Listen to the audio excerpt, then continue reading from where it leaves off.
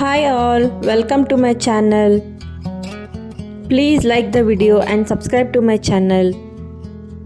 ಇವತ್ತು ಜೋಳದ ರೊಟ್ಟಿಗೆ ಹಾಗೂ ಅಕ್ಕಿ ರೊಟ್ಟಿಗೆ ಒಂದು ಒಳ್ಳೆ ಪಲ್ಯ ಹೀರೆಕಾಯಿ ಎಣ್ಣಿಗಾಯನ್ನ ಹೇಗೆ ಮಾಡೋದು ಅಂತ ನೋಡೋಣ ಬನ್ನಿ. ನಾನಿಲ್ಲಿ ಅರ್ಧ ಕೆಜಿ ಹೀರೆಕಾಯಿನ ತಗೊಂಡಿದ್ದೀನಿ. ಹೀರೆಕಾಯಿನ ಈ ಥರ ಚೆನ್ನಾಗಿ ಮೇಲ್ಗಡೆ ಹೆರೆದು ಈ ಥರ ವಿಡಿಯೋದಲ್ಲಿ ತೋರಿಸೋ ಥರ ನೀಟಾಗಿ ಕಟ್ ಮಾಡ್ಕೋಬೇಕು. ಸ್ವಲ್ಪ ದೊಡ್ಡದಾಗಿ ಕಟ್ ಮಾಡಿಕೊಂಡ್ರೆ ಎಣ್ಣೆಗಾಯಿಗೆ ತುಂಬ ಚೆನ್ನಾಗಿರುತ್ತೆ ಪಲ್ಯ.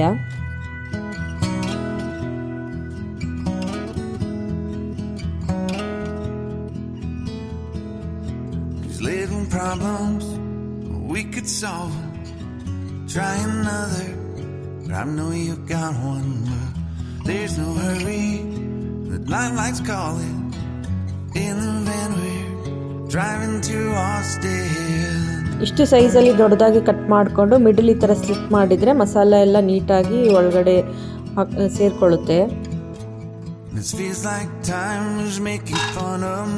ಒಂದು ಪ್ಯಾನಲ್ಲಿ ಒಂದು 3 ಟೇಬಲ್ ಸ್ಪೂನ್ ಅಷ್ಟು ಶೇಂಗಾ ಬೀಜ ಮತ್ತು ಡ್ರೈ ಕೊಕೊನಟ್ ಒಂದು 3 ಟೇಬಲ್ ಸ್ಪೂನು ಮತ್ತು ಬಿಳಿ ಎಳ್ಳು ಒಂದು 2 ಟೇಬಲ್ ಸ್ಪೂನ್ ಹಾಕ್ಕೊಂಡು ಸ್ವಲ್ಪ ಫ್ರೈ ಮಾಡಿಕೊಂಡು ಎತ್ತಿಟ್ಕೋಬೇಕು.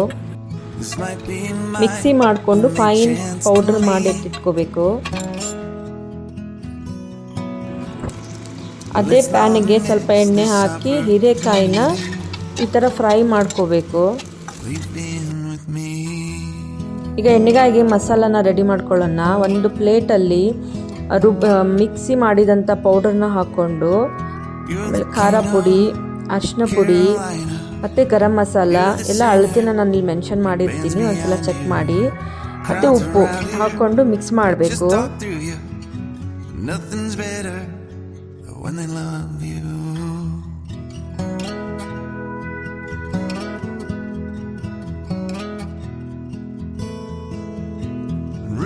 ಇದಕ್ಕೆ 1 ಟೇಬಲ್ ಸ್ಪೂನ್ ಬೆಲ್ಲ ಮತ್ತೆ ಒಂದು 2 ಟೇಬಲ್ ಸ್ಪೂನ್ ಆಗೋಷ್ಟು ಹುಣಸೆ ಹುಳಿನ ಹಾಕೊಂಡು ಚೆನ್ನಾಗಿ ಮಿಕ್ಸ್ ಮಾಡ್ಕೋಬೇಕು.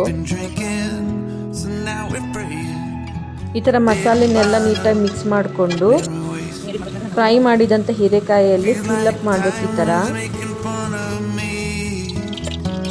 ಮತ್ತು ಅದೇ ಪ್ಯಾನಿಗೆ ಸ್ವಲ್ಪ ಎಣ್ಣೆ ಹಾಕಿ ಸಾಸಿವೆ ಜೀರಿಗೆ ಹಾಕಿ ಒಂದು ಈರುಳ್ಳಿ ಹಾಕ್ಕೊಂಡು ಈರುಳ್ಳಿ ಸ್ವಲ್ಪ ಬಾಡಿಸ್ಕೊಂಡ್ಮೇಲೆ ಶುಂಠಿ ಬೆಳ್ಳುಳ್ಳಿ ಪೇಸ್ಟ್ ಹಾಕಿ ಸ್ವಲ್ಪ ಕರಿಬೇವು ಹಾಕ್ಕೊಂಡು ನೀಟಾಗಿ ಫ್ರೈ ಮಾಡ್ಕೋಬೇಕು. ಇದಕ್ಕೆ ಮಸಾಲೆ ತುಂಬಿದಂಥ ಹೀರೆಕಾಯಿನ ಹಾಕ್ಕೊಂಡು ಮತ್ತು ಮಿಕ್ಕಿದ ಮಸಾಲೆನೆಲ್ಲ ಹಾಕಿ ಮುಚ್ಚಿಟ್ಬಿಡ್ಬೇಕು ಸ್ವಲ್ಪ ಹೊತ್ತು.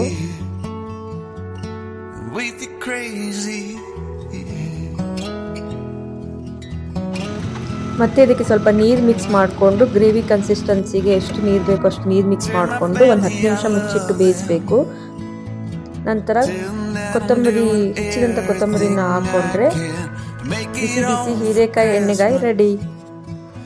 ಅಕ್ಕಿ ರೊಟ್ಟಿಗೆ ಮತ್ತು ಜೋಳದ ರೊಟ್ಟಿಗೆ ಸೂಪರ್ ಕಾಂಬಿನೇಷನ್. ಒಮ್ಮೆ ಟ್ರೈ ಮಾಡಿ ನೋಡಿ.